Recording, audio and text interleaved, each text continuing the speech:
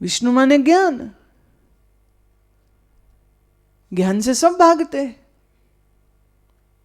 तुम भी अभी भाग ही रहे हो। शरीर से सामने बैठने का अर्थ ये थोड़ी कि तुम टिके हुए हो। अब ये तो थोड़ी बहुत प्लानिंग तुमने कर ली, घर वालों से जैसे तैसे हाथ पैर जोड़ के आज्ञा ले ली कि भाई थोड़ी तो छुट्टी दो, कभी मेरे को भी तो छुट्टी मिलनी चाहिए। कई लोग यहाँ सिर्फ छुट्टी के लिए आते हैं, 5 दिन कुछ करना नहीं पड़ेगा, पका पकाया खाओ, कुछ राशन की फिक्र नहीं, कोई काम की फिक्र नहीं, कोई नौकर की फिक्र नहीं, ऑफिस की फिक्र नहीं, क्लाइंट, पैसा, टैक्स वैक्स कुछ नहीं, जस्ट टाइम टू रिलैक्स। साधना वो क्या होती? हमारे स्कूल में टीचर होती थी एक साधना, ये पता है साधना, बाकी साधना क्या है मुझे नहीं पता। कितने लोग हैं आश्रम में आकर के भी योग अभ्यास नहीं करते, आश्रम में आकर के भी उनकी कोशिश होती है कि कोई सेवा क्या करनी, भाई आराम से बैठो कमरे में, काम करने आए यहाँ पे, हम घर में बहुत करते हैं, यहाँ क्यों करें। कई तो यहां तक सोचते हैं यहां रहने खाने का जो मेंटेनेंस का पैसा दिया तो उनको लगता है जैसे होटल में आ गए, अब तो हमको सर्विस मिलनी चाहिए, सर्विस दीजिए हमको।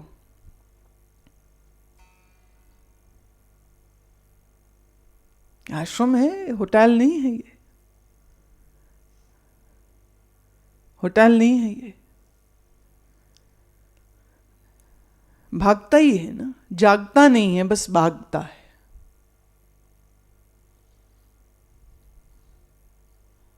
भजन तो कहता है शुभ घड़ी वो निश्चय होगी, पर मैं कहती हूं कब होगी? जैसे चल रहे हो तुम तो कब होगी वो घड़ी? गाओगे ही बस ये गाना, शुभ घड़ी वो निश्चय होगी, हो जाएगी कभी 10, 20, 100, 1000 जन्मों के बाद कभी शायद। जो इस जन्म में न सुधरा तो वो फिर कहां सुधरेगा? जो अब न जगा वो फिर कब जगेगा? कभी भी नहीं जगेगा। तो अभी, अगर अभी नहीं जगा कभी नहीं करेगा साधना, तो अभी, अगर अभी नहीं करी तो कभी नहीं। तो जवान हो, बूढ़े हो कि बच्चे हो, पैसा कमाते हो कि नहीं कमाते हो, इसका साधना से कोई संबंध नहीं होता।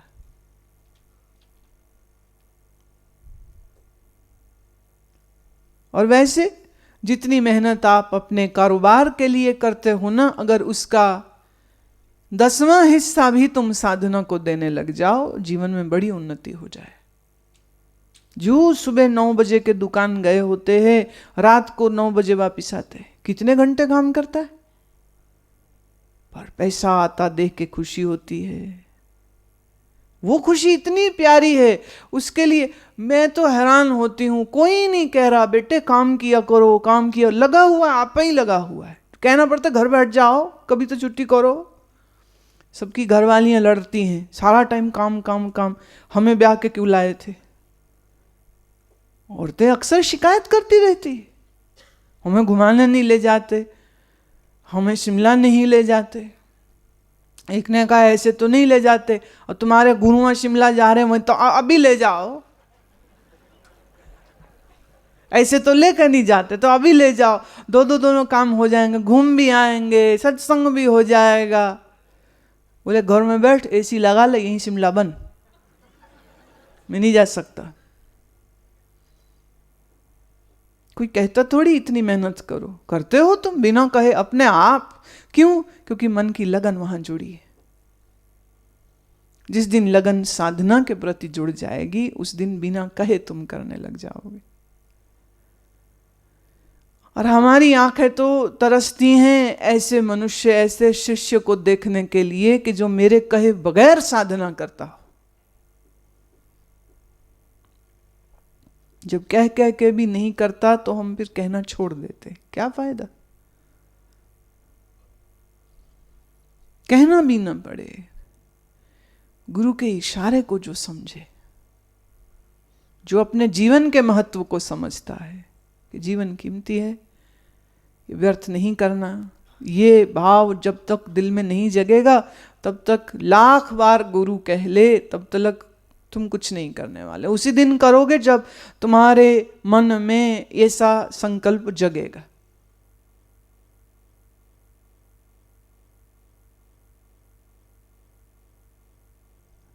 योग वशिष्ठ में वशिष्ठ जी ने राम से कहा, हे राम, अपने इस मानव जीवन का कल्याण करने के लिए नितः प्रति संत पुरुषों का संग करना चाहिए, सत्संग सुनना चाहिए, सत्शास्त्रों को पढ़ना चाहिए, क्योंकि यहीं से मन को विवेक की प्राप्ति होती। और यही विवेक हमको अधर्म से धर्म की ओर, अज्ञान से ज्ञान की ओर लेके जाता है। शेष गुरु गीता बाद में करेंगे। देव नमः गुरुदेव नमः।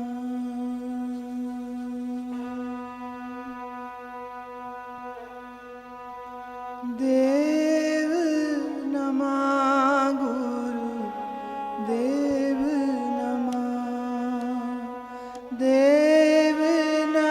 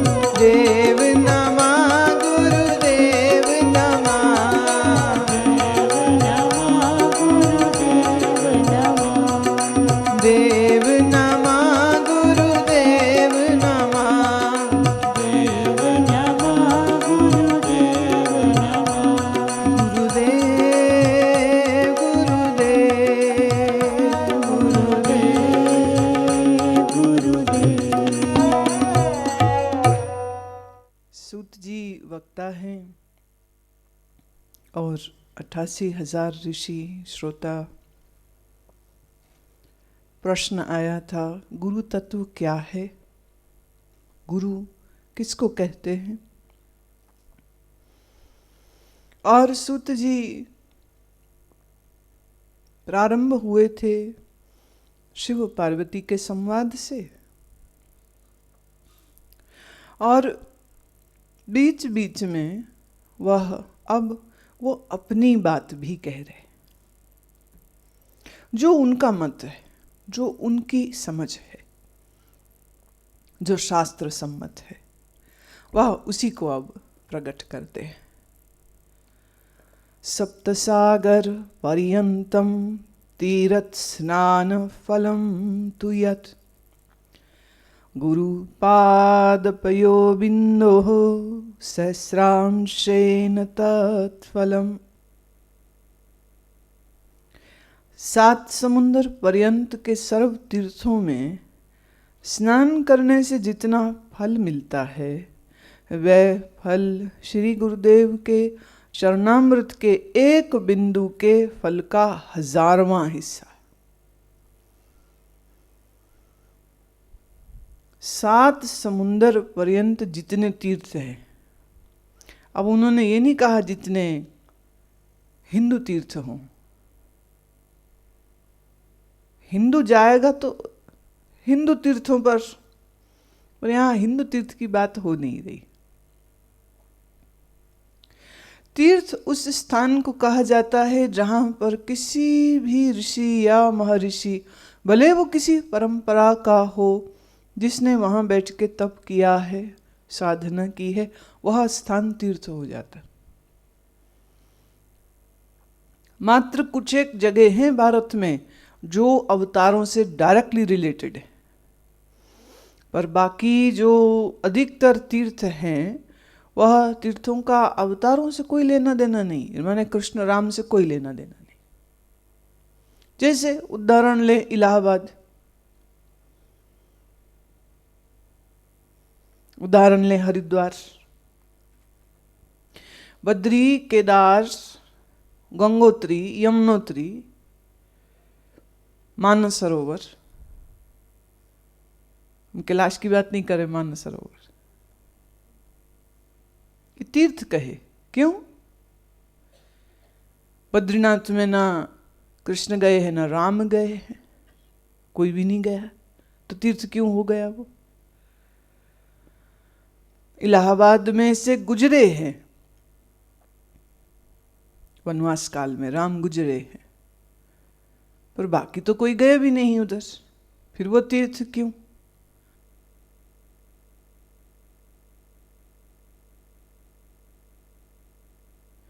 तीर्थ का संबंध सीधा मानवीय ईश्वरीयता के साथ है। जिस स्थान पर बैठकर किसी मानव ने महामानव होना सीखा, जिस स्थान पर बैठकर उसने अपने भीतर के देवत्व को जगाया, वही स्थान तीर्थ हो जाता है।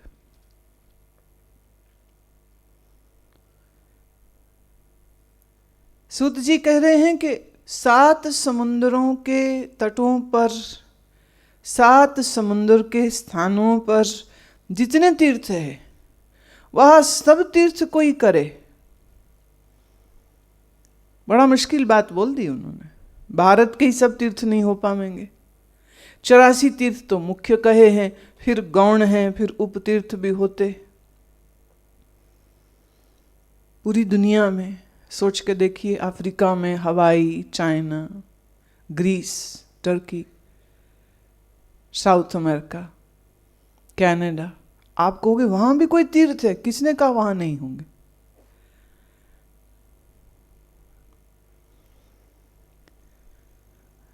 मोहम्मद साहब जहां रहे, क्या वो तीर्थ नहीं? ईसा जहां रहे, क्या वो तीर्थ नहीं? ईसा जहां जन्मे, क्या वो तीर्थ नहीं? बोधि धर्म, लाओ त्सु, रिंजाई,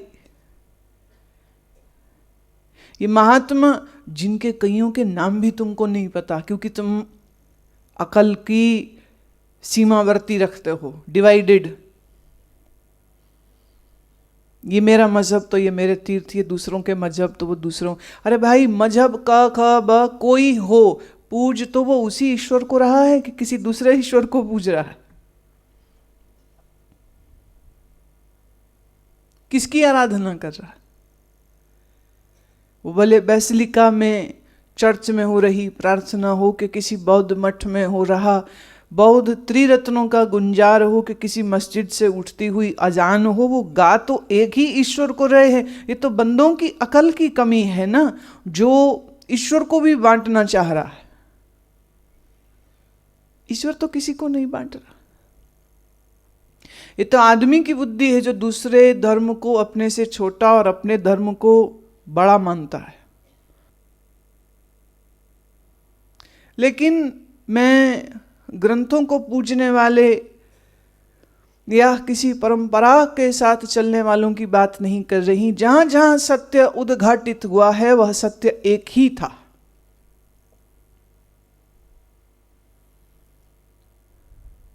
आदि से जयदा धरती हम घूम चुके। सब जगह आकाश एक सा ही है, धरती भी एक सी है, एक सा ही सूर्य, एक से ही चांद, एक से ही तारे दिखते। जैसे सप्तऋषि यहाँ दिखते हैं वैसे ही नॉर्वे में, वैसे ही कनाडा में, वैसे ही चाइना में। आप किसी देश का नाम ले लीजिए, सब जगह एक सा ही।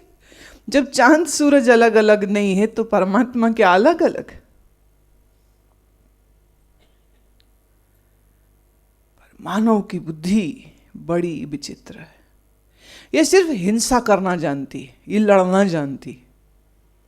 देह में आसक्त हो, देह से क्या सत्ता, क्या शक्ति, क्या धन एकत्रित हो सकता है, इस मूढ़ की बुद्धि ऐसी चीजों में लगी रहती।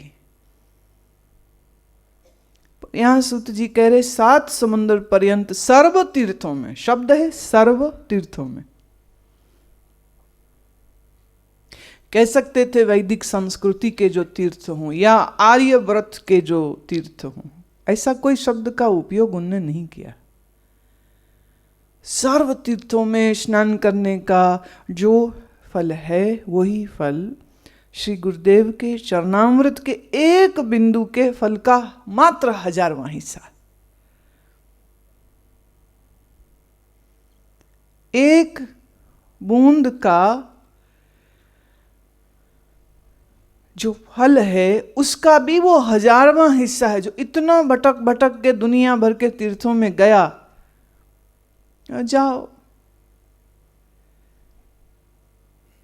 तुम जाओ, और जिसके लिए सद्गुरु मौजूद है उसके लिए कहीं जाने की जरूरत नहीं। अब एक बात मैं कहती हूं, जैसे शिरडी वाले जो साईं बाबा हैं, इनके बारे में प्रचलित है कि इनका कोई मराठा भक्त था, उसने कहा कि मैं दर्शन करना जाना चाहता हूँ पंढरपुर में, तो आपको प्रणाम करने आया हूँ। और जिस समय कहते उसने प्रणाम किया तो क्या देखता है कि उसके सामने विट्ठल की वह मूर्ति है, माने बाबा नहीं दिख रहे, वह मूर्ति दिख रही। उसने कहा जिसका दर्शन करना मुझे यहीं मिल गया, मुझे जाना ही नहीं। अब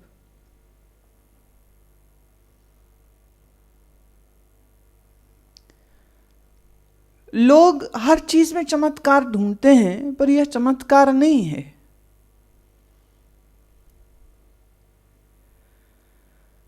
जब सच्चिदानंद घन ब्रह्म सर्वव्यापक है तो सारे रूप और सारे नाम उसी के हुए। तो गुरु हमने किसको कहा? जिसमें ज्ञान का उदय हो गया। जिसमें ज्ञान का उदय हो गया तो सारे नाम रूप उसी के तो हो गए।